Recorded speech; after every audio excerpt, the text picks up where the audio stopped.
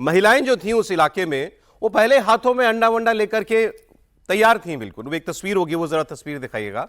महिलाएं हैं और वो पहले से ही, क्योंकि प्रेस रिपोर्टर्स वगैरह सब वहां पहले ही आ गए थे।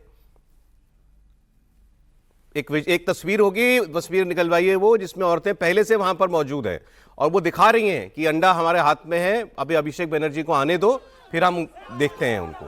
अब क्या ये सब बीजेपी के लोग थे? क्या इनमें बीजेपी का कोई आदमी नहीं था? ऐसा भी नहीं हो सकता। तो एक राउंड चलिए पहले इस पर शुरुआत बात करें, फिर मैं आपको हॉस्पिटल वाली कंट्रोवर्सी बताता हूं। त्रिपाठी जी, सही हुआ गलत हुआ?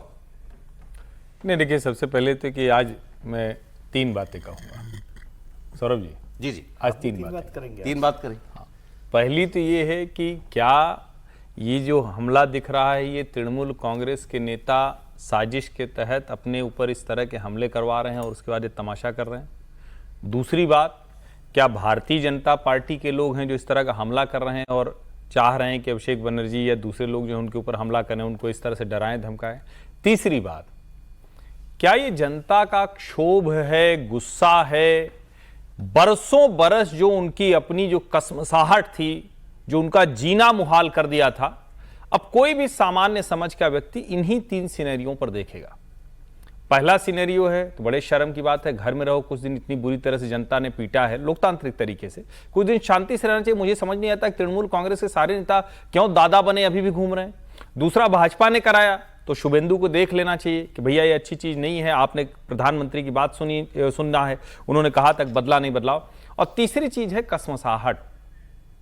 अगर ये एक क्षोभ, गुस्सा, कसमसाहट है जो दिख रहा है साफ साफ, और उसके बाद भी अभिषेक बनर्जी की भाषा सुधर नहीं रही है, तो ये वो भाषा है जिसको कहते हैं ना कि रस्सी जल गई लेकिन बल नहीं गई। इस तस्वीर की बात कर रहा था मैं, देखिए इलाके की महिला। हाँ, जाहिर है, इसका मतलब क्षोभ है ना, इसका मतलब गुस्सा है, इसका मतलब वो कसमसाहट है जो अभिषेक बनर्जी और उनके गुंडे ये करते थे। इसका मतलब ये है कि लोगों को जो सांस लेने में दिक्कत हो रही थी पश्चिम बंगाल के वातावरण में, इससे उबर कर बाहर आ रहे हैं। और मैं फिर कह रहा हूं, इस सब के बावजूद शुभेंदु अधिकारी को मुख्यमंत्री के तौर पर ऐसी घटना न हो, इसका प्रबंध करना चाहिए। और कल्याण बनर्जी वाला से क्यों नहीं कि भाई नहीं होना चाहिए किसी के साथ भी? नहीं, मैं इससे कैसे बात कर दूं? मैं जनता को कह दूं कि आप गुस्सा मत करिए। मारना तो किसी को भी ठीक नहीं है, वो गलत है, उसमें कहां कैसे ही है। लेकिन अभिषेक बनर्जी के साथ जो मैंने इसीलिए 3 बात आज की, आज तक 3 बात नहीं की थी, आज 3 बात का समय था। आज समझिए, बंगाल में जो कुछ इन लोगों ने किया है ना, ये मतलब हम नहीं जानते हैं किम जोंग उन, तो हमको पता ही नहीं, विदेश तो हम गए ही नहीं वैसे भी, और प्रोफेसर साहब या विजय जी बताएंगे, वो उसी तरह का माहौल बना रखा था। ठीक है, और फिर जनता को अवसर मिला तो, लेकिन फिर मैं कह रहा हूं गलत है।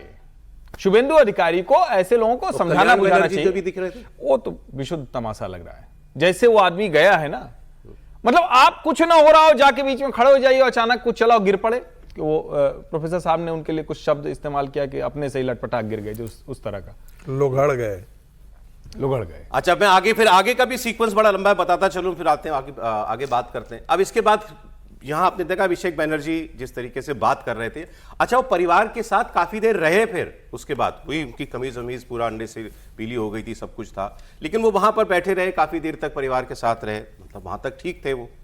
फिर वो अचानक एक तस्वीर आती है कि वो स्ट्रेचर पर लेटे हुए हैं और हॉस्पिटल में जा रहे हैं। अचानक से उनको अस्पताल ले जाने की ये तस्वीर अचानक से आ जाती है।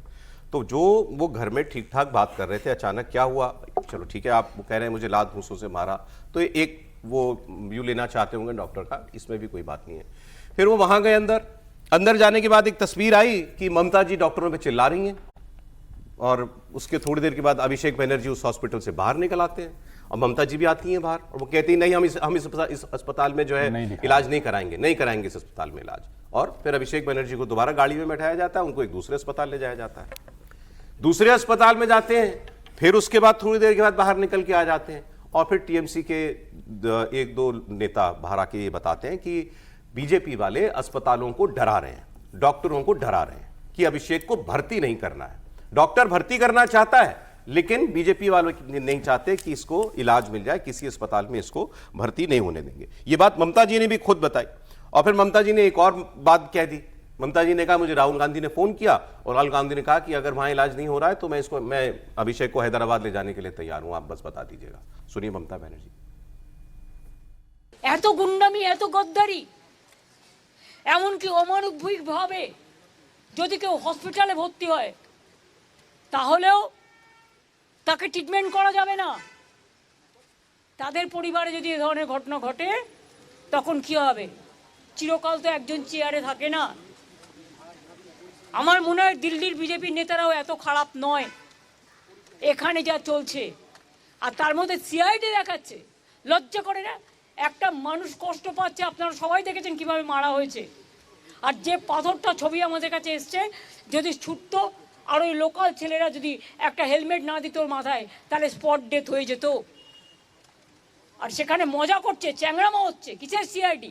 পুলিশকে তো ইনফরমেশন দেওয়া হয়েছিল, তা সত্ত্বেও পুলিশ কি করে?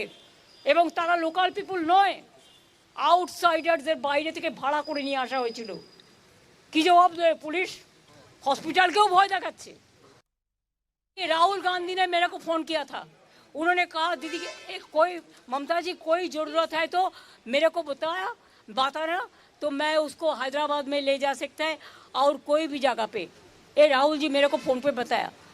All the leaders are talking and I have seen Akhilesh Yadav, I have seen the tweet of including Omar, including other political parties also, Kapil Sibal ji, all Venugopal ji, all they have sent their tweets